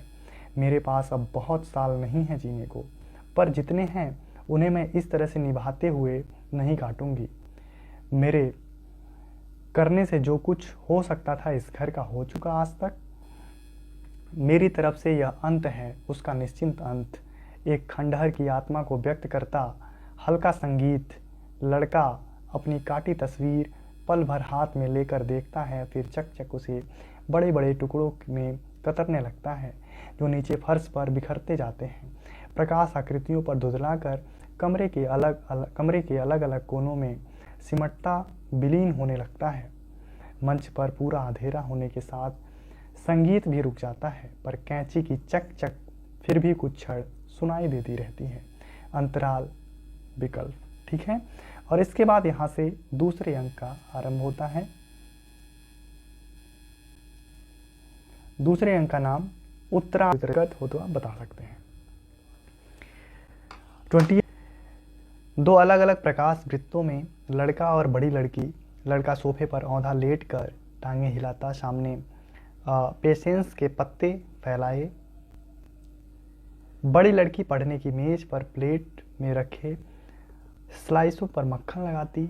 पास में पिन कटर और चीज का एक डब्बा पूरा प्रकाश होने पर कमरे में वह बिखराव नजर आता है जो एक दिन ठीक से देख रेख न होने से आ सकता है। यहाँ वहाँ चाय की खाली प्यालियाँ, उतरे हुए कपड़े और ऐसी ही अस्त व्यस्त चीज़ें। बड़ी लड़की, यह डब्बा खोल देगा तू। लड़का, मुझसे नहीं खुलेगा। बड़ी लड़की, नहीं खुलेगा तो लाया किस लिए था। लड़का, तूने कहा था जो जो उधार मिल सके ले आ बनिए से। मैं उधार में एक फ़ोन भी कर लाया हूँ। मैं उधार में एक फ़ोन भी कराया हूँ। बड़ी लड़की, कहाँ। लड़का, जुनेजा अंकल के यहाँ। बड़ी लड़की, डैडी से बात हुई। लड़का, नहीं। बड़ी लड़की, तो। लड़का, जुनेजा अंकल से हुई है। बड़ी लड़की, कुछ कहा उन्होंने। लड़का, बात हुई, इसका मतलब यह नहीं कि। बड़ी लड़की, मतलब डैडी के घर आने के बारे में। लड़का, कहा नहीं आएंगे, यानी जो उसके पिताजी हैं। बड़ी लड़की, नहीं आएंगे। नहीं तो पहले क्यों नहीं बताया तूने। मैं ऐसे ही सैंडविच। लड़का, मैंने सोचा चीज़ सैंडविच तुझे खुद को पसंद है इसलिए कह रही है। बड़ी लड़की, मैंने कहा नहीं था कि मम्मा के दफ्तर लौटने तक डैडी भी आ जाएं। शायद चीज़ सैंडविच दोनों को पसंद है। यानी कभी कभी ऐसा दिख रहा है जो बड़ी लड़की है वो बात मिल रहा है। ठीक है। बड़ी लड़की, मैंने सोचा दफ्तर से कहीं और जाएंगी वह, कहाँ, 5:30 तक आ जाएंगी रोज़ की तरह। ठीक है, आगे देखते हैं। बड़ी लड़की और लड़के के बीच बात हो रही है, महत्वपूर्ण अंश जो है उसे हम देख लेंगे। इसमें कुछ ऐसा है नहीं, बात होती है और लास्ट में वो आता है उसका पिता। बड़ी लड़की छोटी लड़की से, बोलती क्यों नहीं, जबान सिल गई है तेरी। लड़का, सिल नहीं थक गई है बताने में कि औरत और मर्द किस तरह आपस में। बड़ी लड़की, क्या। लड़का, पूछ ले इससे, अभी बता देगी तुझे सब। तो सुरेखा को बता रही थी बाहर, यानी छोटी लड़की जो है वो बाहर किसी से, सुरेखा नाम का कैरेक्टर है छोटी लड़की। और यहाँ पर इन सबों के बीच बातचीत हो रही है। बड़ी लड़की, क्यों पीट देता है। छोटी लड़की, क्योंकि मैं अपनी सब चीज़ें इसे नहीं ले जाने देती, उसे देने को। बड़ी लड़की, किसे देने को। छोटी लड़की, वह जो है इसकी, कभी मेरी बर्थडे प्रेजेंट की चूड़ियाँ दे आता है उसे, कभी मेरा प्राइज और फाउंटेन पेन। मैं अगर ममा से कह दूंगी तो अकेले में मेरा गला दबाने लगता है। बड़ी लड़की, किसकी बात कर रही है यह। लड़का, ऐसे ही बक रही है झूठ मूठ। छोटी लड़की, झूठ मूठ, ऐसे ही फाउंटेन पेन तेरी वर्णा के पास नहीं है। वर्णा का नाम जो है ये सबसे पहले छोटी लड़की ने, कैरेक्टर का नाम किसके द्वारा सबसे पहले लिया गया है। उसमें ऑप्शन था बिन्नी, किन्नी, अशोक, सावित्री। तो वहाँ पर किन्नी की तरफ जाना था। बड़ी लड़की, वर्णा कौन। छोटी लड़की, वही उद्योग सेंटर वाली जिसके पीछे जूतियाँ चटकाता फिरता है। ठीक है, अब ऐसी बातचीत चल रही है, उसकी गर्लफ्रेंड है, ऐसी बात है, मतलब अशोक की। कौन, वर्णा। लड़का, तेरा मन नहीं है। स्त्री, मुझे चाय के लिए बाहर जाना है किसी के साथ। बड़ी लड़की, तो तुम घर पर नहीं रहोगी इस वक्त। स्त्री, नहीं, जगमोहन आएंगे लेने। यानी जगमोहन जो तीसरा आदमी है उससे मिलने ये जा रही है बाहर, और जगमोहन से। बड़ी लड़की, यहाँ आएंगे वे। स्त्री, लेने आएंगे। लेने आएगा, क्यों। बड़ी लड़की, वे भी आने वाले हैं अभी, जुनेजा अंकल। स्त्री, उनका कैसे पता है, उनको कैसे पता है आने वाले हैं। बड़ी लड़की, अशोक ने फ़ोन किया था, कह रहे थे कुछ बात करनी है। स्त्री, लेकिन मुझे कोई बात नहीं करनी उनसे। बड़ी लड़की, फिर भी जब वे आएंगे तो। स्त्री, कह देना मैं घर नहीं हूँ, पता नहीं कब लौटूंगी। बड़ी लड़की, कहें इंतज़ार करते हैं। स्त्री, करने देना इंतज़ार। कबड़ में दो तीन पर्स निकाल कर देखती है, उनमें से कौन सा साथ रखना चाहिए। बड़ी लड़की एक नज़र देख के लड़के को देख लेती है, तो लगता है किसी तरह वहाँ से जाने का बहाना ढूंढ रहा है। आगे वो मतलब जगमोहन के साथ वो चली जाने का विचार कर। देखते हैं महत्वपूर्ण अंश। बड़ी लड़की, तुम्हें पता है कि डैडी जगमोहन अंकल को। स्त्री, पसंद भी करते हैं तेरे डैडी किसी को। बड़ी लड़की, फिर भी थोड़ा जल्दी आ सको तुम तो। इससे वो तुमसे कुछ बात करना चाहते हैं, लेकिन वो नहीं मान रही है। देखो, मुझे उससे कुछ ज़रूरी बात करनी है। उसे कोई काम थे शाम को जो उसने मेरी खातिर कैंसिल किए हैं। बेकार आदमी नहीं है वह, जब चाहा बुला लिया, जब चाहा कह दिया जाओ अब। यानी वो जगमोहन को कह रही है, जिसे बुला रही है, कि वो बेकार का आदमी नहीं है, किसी काम को बहुत। लड़का कह रहा है मैं जा रहा हूँ बिन्नी। बड़ी लड़की, तू कहाँ जा रहा है। लड़का, यहीं तक जरा आ जाऊँगा थोड़ी देर में। बड़ी लड़की, तो जुनेजा अंकल के आने पर मैं। लड़का, आ जाऊँगा तब तक शायद। बड़ी लड़की, शायद। लड़का, नहीं, आ ही जाऊँगा। चला जाता है। बड़ी लड़की, अशोक। लड़का नहीं रुकता है, होठ सिकोड़ स्त्री की तरफ लौट आती है। कम से कम पत्ती लेकर तो दे जाता, मतलब चाय पत्ती की बात हो रही है। फिर यहाँ पर बात हो रही है दोनों की। महत्वपूर्ण अंश जो है वो हम देखते हैं अभी, हालांकि इधर कुछ नहीं है ऐसा। स्त्री, तुम कितनी अच्छी तरह समझते हो मुझे, कितनी अच्छी तरह इस वक्त मेरी जो हालात है अंदर से। वो जगमोहन से बात कर रही है। पुरुष 3, प्लीज। स्त्री, जोक। वो जोक कहती है उसे। पुरुष 3, जगमोहन से। जगमोहन बोलता है, बोलो। स्त्री, तुम जानते हो मैं एक तुम ही हो जिस पर मैं। पुरुष 3, कहती क्यों हो, कहने की क्या बात है यह। स्त्री फिर भी मुंह से निकल जाती है, देखो ऐसा है कि मैं बाहर चलकर ही चलो। पुरुष 3, एक सुझाव है मेरा। स्त्री बताओ। पुरुष 3, बात यहीं कर लो जो करनी है, उसके बाद बाहर चलेंगे। स्त्री ना ना, यहाँ नहीं। पुरुष 3, क्यों। स्त्री यहाँ हो नहीं सकेगी बात मुझसे। हाँ, तुम कुछ वैसा समझते हो बाहर चलने के लिए मेरे साथ तो। पुरुष 3, कैसी बात कहती हो करती हो। तुम जहाँ भी कहो चलते हैं। मैं तो इसलिए कह रहा था कि स्त्री मैं जानती हूँ सब, तुम्हारी बात गलत नहीं समझती मैं कभी।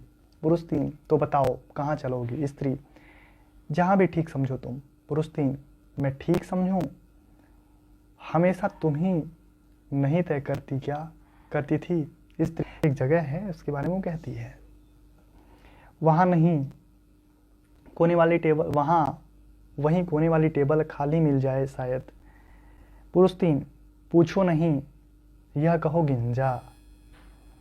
स्त्री यायाक्स, यह भी एक स्थान है, वहाँ इस वक्त ज़्यादा लोग नहीं होते। पुरुष 3, यानी इसे एकांत चाहिए, बात करनी है। पुरुष 3, मैंने कहा ना। स्त्री अच्छा, उस छोटे रेस्तरां में चलें जहाँ के कबाब तुम्हें बहुत पसंद है।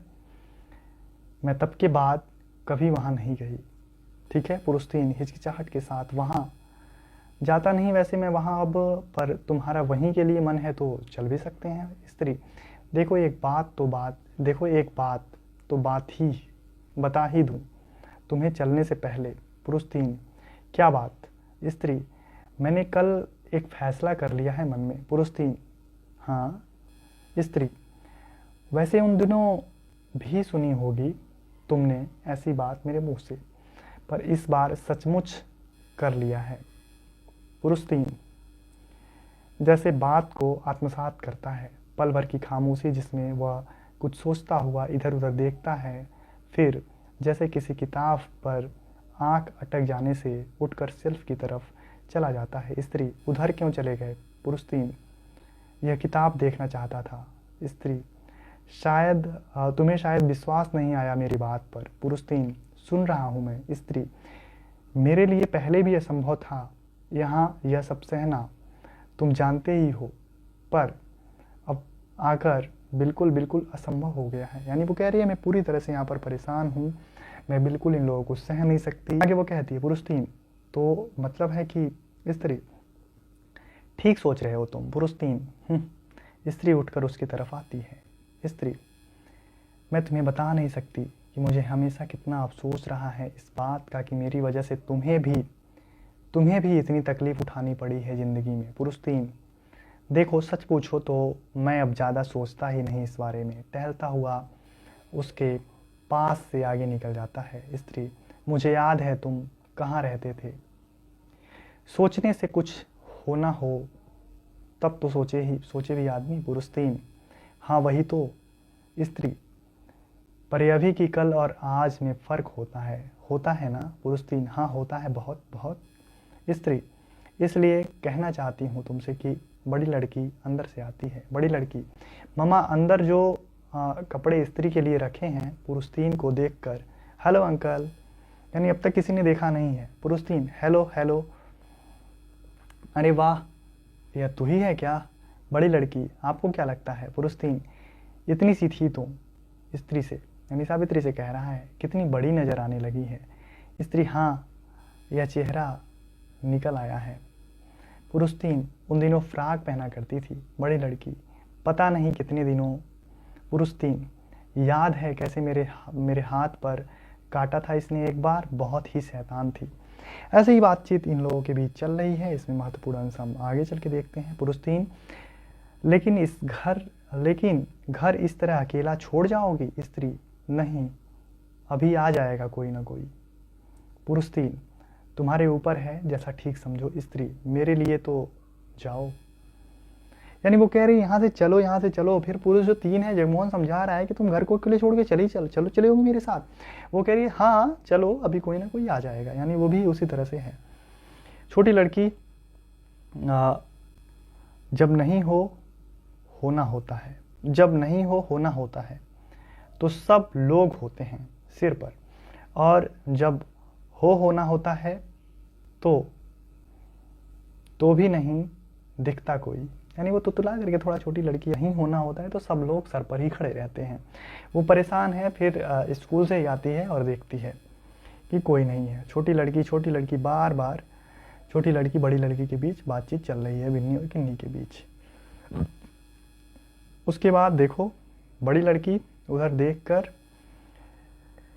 जल्दी से हाथे के दरवाजे में चली जाती है। छोटी लड़की विद्रोह के भाव से कुर्सी पर जम जाती है। बड़ी लड़की पुरुषचार के साथ वापस आती है। पुरुषचार यानी अब जुनेजा उसके घर में आ गया है। ठीक है। बड़ी लड़की, मैंने सोचा कि कौन हो सकता है जो पीछे का दरवाजा खटखटाए। आपका पता था आप आने वाले हैं, पर आप तो हमेशा आगे के दरवाजे से ही आते हैं, इसलिए पुरुषचार मैं उसी दरवाजे से आता। लेकिन छोटी लड़की को देखकर, इसे क्या हुआ है, इस तरह क्यों बैठी है यहाँ? बड़ी लड़की, जुनेजा अंकल आए हैं, इधर आकर बात कर ले इनसे। छोटी लड़की मुंह फेर कर कुर्सी की पीठ पर बैठकर बाह फैला लेती है। पुरुषचार, अरे यह तो रो रही है, सिर पर हाथ फेरता। क्यों, क्या हुआ मुनिया को, किसने नाराज कर दिया? उठो बेटे, इस तरह अच्छा नहीं लगता, अब आप बड़े हो गए हो, इसलिए। छोटी लड़की और पुरुषचार समझाता है। बड़ी लड़की पूछती है कि अशोक मिला है आपसे? पुरुषचार, बस स्टॉप पर खड़ा था, मैंने पूछा तो बोला कि आप ही के यहाँ जा रहा हूँ, डैडी का हाल चाल पता करने, कहने लगा आप भी चलिए, बाद में साथ ही आ जाएंगे, पर मैंने सोचा कि एक बार जब इतनी दूर आ ही गया हूँ तो सावित्री से मिलकर ही जाऊँ, फिर उसे भी जिस हाल में छोड़ आया हूँ उसकी वजह से। बड़ी लड़की, किसकी बात है, बात कर रहे हैं डैडी की? पुरुषचार, हाँ महेंद्रनाथ की, एक तो सारी रात सोया नहीं वह, दूसरे। बड़ी लड़की, तबीयत ठीक है उनकी? पुरुषचार, तबीयत भी ठीक नहीं है, और वैसे भी तो मैं तो समझता हूँ महेंद्रनाथ खुद जिम्मेदार है अपनी इस हालात करने के लिए। बड़ी लड़की, चाय बनाऊँ आपके लिए? पुरुषचार कहती है चाय बनता है, और वो देखिए। ठीक है। पुरुषचार, हाँ गया था बाहर, पर किसी नई जगह नहीं गया। फिर कुछ पल खामोशी। बड़ी लड़की, सुषमा का क्या हाल है? पुरुषचार, ठीक है, अपने घर में है। बड़ी लड़की, कोई बच्चा? पुरुषचार, अभी नहीं। इसमें देखिए एक सुषमा कैरेक्टर है, सुषमा का नाम आया है, और एक और कैरेक्टर है जिससे क्या नाम है, एक वर्णा है और एक और है सुनंदा वगैरह शायद कैरेक्टर है, जिससे वो उसकी छोटी लड़की बातचीत करती है, कुछ अश्लील बातें करती है। यहाँ पर देखते हैं कुछ ऐसा नहीं है। यहाँ पर देखिए बड़ी लड़की कहती है इतने साधारण ढंग से उड़ा देने की बात नहीं है अंकल, मैं यहाँ थी तो मुझे कई बार लगता था कि मैं एक घर में नहीं, चिड़ियाघर में, एक पिंजरे में रहती हूँ, जहाँ आप शायद सोच भी नहीं सकते कि क्या क्या होता रहा है यहाँ। डैडी का चीखते हुए ममा के कपड़े तार तार कर देना, उनके मुंह पर पट्टी बांधकर उन्हें बंद कमरे में पीटना, खींचते हुए गुसलखाने में कमोड पर ले जाकर, मैं तो बयान भी नहीं कर सकती कि कितने कितने भयानक दृश्य देखे हैं इस घर में मैंने। कोई भी बाहर का आदमी उस सबको देखता जानता तो यही कहता कि क्यों नहीं बहुत पहले ही ये लोग इस तरह से बातों कर रहे। यानी देखिए सावित्री को अपने समय में जो महेंद्रनाथ है वो बहुत ठीक है। आगे देखते हैं, ये सारी बातचीत जुनेजा अंकल से वो करती है, और इस बीच बाहर से स्त्री के स्वर सुनाई देते हैं। स्त्री आती है, सावित्री आती है। सावित्री, छोड़ दे मेरा हाथ, छोड़ भी। बड़ी लड़की, आ गई हैं वे लौटकर। पुरुषचार, हाँ। बाहर जाने के बजाय होठ चबाता डाइनिंग टेबल की तरफ बढ़ जाता है। छोटी स्त्री छोटी लड़की के साथ आती है। छोटी लड़की उसे बांह से बाहर खींच रही है। छोटी लड़की, चलती क्यों नहीं तुम मेरे साथ, चलो ना। स्त्री, तू हटेगी या नहीं? छोटी लड़की, नहीं हटूंगी, उस वक्त तो घर पर नहीं थी और अब कहती हो। स्त्री, छोड़ मेरी बांह। छोटी लड़की, नहीं छोड़ूंगी। स्त्री, छोड़। यानी वो बाहर से अंदर आ रही है तो छोटी लड़की उसे बाहर किसी काम की वजह से खींचते हुए लेकर के जा रही है। ठीक है। इसके बाद पुरुष जो स्त्री है वो आती है और वो बातचीत करती है किससे? जुनेजा से। स्त्री, आप हमेशा यही मानते आए हैं कि बहुत ज़्यादा मानते हैं। नहीं। पुरुष 4 महेंद्रनाथ के बारे में हाँ, और जानकर भी कहता हूँ कि तुमने इस तरह शिकंजे में कस रखा है उसे कि वह अब अपने 2 पैरों पर चल सकने लायक भी नहीं रहा, यानी उसका एक पैर टूट भी गया है। स्त्री किसका? महेंद्रनाथ का। स्त्री अपने 2 पैर पर, अपने 2 पैर कभी थे भी उनके पास? पुरुष 4 कभी की बात क्यों करती हो? जब तुमने उसे जाना तब से 10 साल पहले से मैं उसे जानता हूँ। स्त्री इसलिए शायद जब मैंने जाना तब तक अपने 2 पैर ही रहे, 2 पैर रहे ही नहीं थे उसके पास। पुरुष 4 मैं जानता हूँ सावित्री कि तुम मेरे बारे में क्या क्या सोचती हो और कहती हो। स्त्री जरूर जानते होंगे, लेकिन फिर भी कितना कुछ है जो सावित्री कभी किसी के सामने नहीं कहती। पुरुष 4 कैसे? स्त्री जैसे, पर बात तो आप करने आए हैं। पुरुष 4 नहीं, पहले तुम बात कर लो। तो बेटे जरा उधर चली जाओ थोड़ी देर। पुरुष 4 यानी जुनेजा लड़की से कहता है, बिन्नी से। बड़ी लड़की चुपचाप जाने लगती है। स्त्री सुन लेने दीजिए इसे भी, अगर मुझे बात करनी है तो। पुरुष 4 ठीक है, यही रह तू बिन्नी। आपस में उनकी बातचीत होती है। स्त्री कहती है, कहने से पहले एक बात पूछनी है आपसे। आदमी किस हालात में सचमुच एक आदमी होता है? पुरुष 4 पूछो कुछ नहीं, जो कहना है कह डालो। स्त्री यूं तो जो कोई भी एक आदमी की तरह चलता फिरता बात करता है वह आदमी ही होता है, पर असल में आदमी होने के लिए क्या जरूरी नहीं कि उसमें अपना एक मादा, अपनी एक शख्सियत हो? पुरुष 4 महेंद्र को सामने रखकर तुम इसलिए कह रही हो कि उसके पास कुछ नहीं है, ऐसा वो कह रहा है। इस बीच बातचीत होती है। स्त्री कहती है, जिंदगी में हर चीज की कसौटी जुनेजा। जो जुनेजा सोचता है, जो जुनेजा चाहता है, जो जुनेजा करता है, वही उसे भी सोचना है, वही उसे भी चाहना है, वही उसे भी कहना है। क्यों? क्योंकि जुनेजा तो एक पूरा आदमी है अपने में, और वह खुद एक पूरे आदमी का आधा चौथाई भी नहीं है। बहुत अच्छी बात कर रही है सावित्री कहीं कहीं। पुरुष 4 कहती रहो तुम, मैं बुरा नहीं मान रहा, आखिर तुम महेंद्र की पत्नी हो। स्त्री आवेश में उसकी तरफ मुड़ती है, मत कहिए मुझे महेंद्र की पत्नी। महेंद्र भी एक आदमी है जिसे अपना घर बार, जिसके पास अपना घर बार है, पत्नी है। यह बात महेंद्र को अपना कहने वालों को शुरू से ही आस नहीं आई।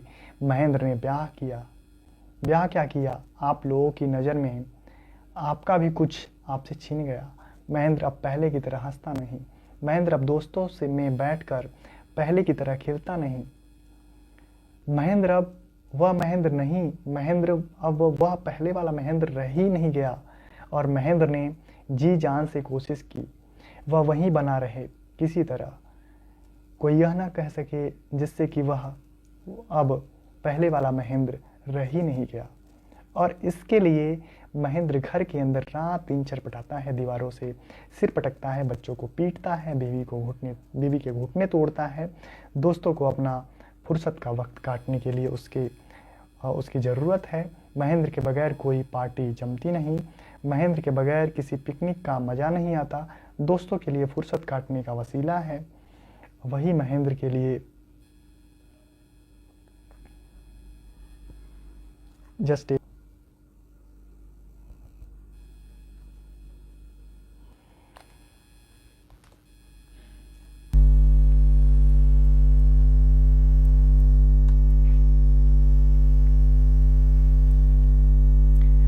इसमें वो बार बार वही महेंद्र की बात करती है, और वही महेंद्र जो दोस्तों के बीच दब्बू सा बना हल्के हल्के मुस्कुराता है, घर आकर एक दरिंदा बन जाता है। पता नहीं कब किसे नोच लेगा, कब किसे फाड़ खाएगा। वह नफरत करती है इन सबसे, इस आदमी के ऐसे होने से। वह एक पूरा आदमी चाहती है, अपने लिए एक पूरा आदमी। ये बहुत बड़ी पंक्ति है इस पूरे नाटक की। सावित्री बेचारे महेंद्र की रीढ़ तोड़कर उसे किसी लायक नहीं रहने दे रही है। जैसे ही आदमी न होकर बिना हाड़ मांस का पुतला हो, वह एक बेचारा महेंद्र। स्त्री, यह आप मुझे बता रहे हैं जिनसे 22 साल साथ जीकर जाना है उस आदमी को, जिसने 22 साल साथ जीकर जाना है उसे, ठीक है। पुरुषार जिया जरूर है, तुमने उसके साथ जाना भी है उसे कुछ हद तक, लेकिन वो अभी भी बातचीत कर रहा है बार बार। देखो इसमें ये लग रहा है कि जुनेजा उसे मनाने की कोशिश कर रहा है। पुरुषार जुनेजा यहाँ पर कह रहा है कि जुनेजा के बाद जिससे कुछ दिन चकाचौंध रही तुम, वह था शिवजीत। एक बड़ी डिग्री, बड़े बड़े शब्द और पूरी दुनिया घूमने का अनुभव, वह असल चीज वही की, वह जो भी था और भी कुछ था, महेंद्र नहीं था। पर जल्द ही तुमने पहचानना शुरू किया कि वह निहायत दोगला किस्म का आदमी है, हमेशा दो तरह की बातें करता है। उसके बाद सामने आया जगमोहन, ऊंचे संबंध, जवान की मिठास, टिप टाप रहने की आदत और खर्च की दरियादिली। पर तीर की असली नोक फिर उसी जगह पर की, उसमें जो कुछ भी था जगमोहन का सा था, महेंद्र का सा नहीं था। पर शिकायत तुम्हें उससे भी होने लगी थी कि वह सब लोगों पर एक सा पैसा क्यों उड़ाता है, दूसरे की सख्त से सख्त बात को एक खामोश मुस्कुराहट के साथ क्यों पी जाता है।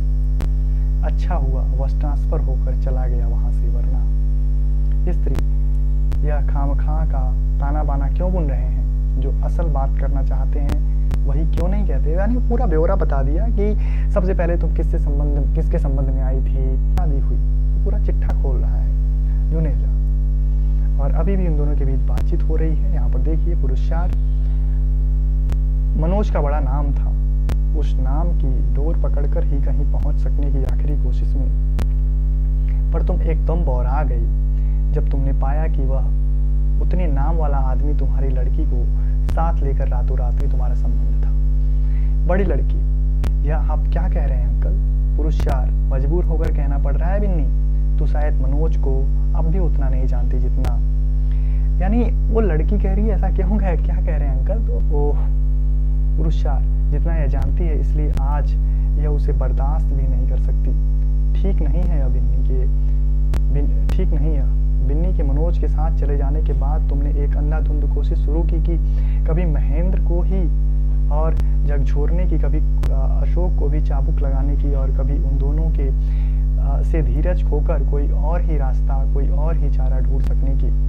ऐसे में पता चला जगमोहन यहाँ लौट आया है।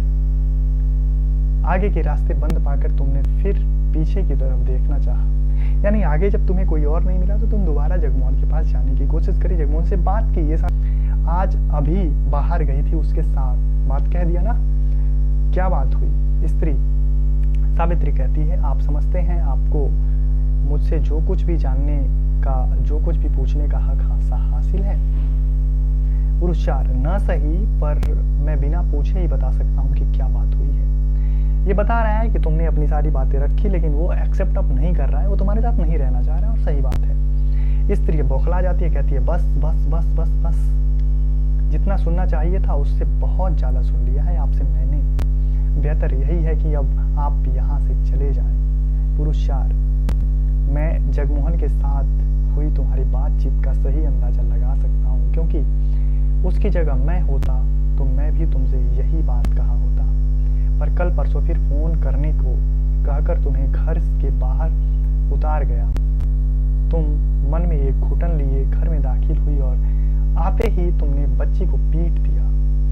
जाते हुए सामने थी एक पूरी जिंदगी, जाते हुए सामने थी पूरी एक जिंदगी, पर लौटने तक का कुल हासिल, उलझे हाथों पर गिजगिजा पसीना। और स्त्री, मैंने आपसे कहा है ना, बस सबके सब एक से, बिल्कुल एक से, और आप लोग अलग अलग मुखौटे पर चेहरा सबका एक ही है। मैं सब पुरुष को वो एक बता रही है। पुरुषार, फिर भी तुम्हें लगता रहा है कि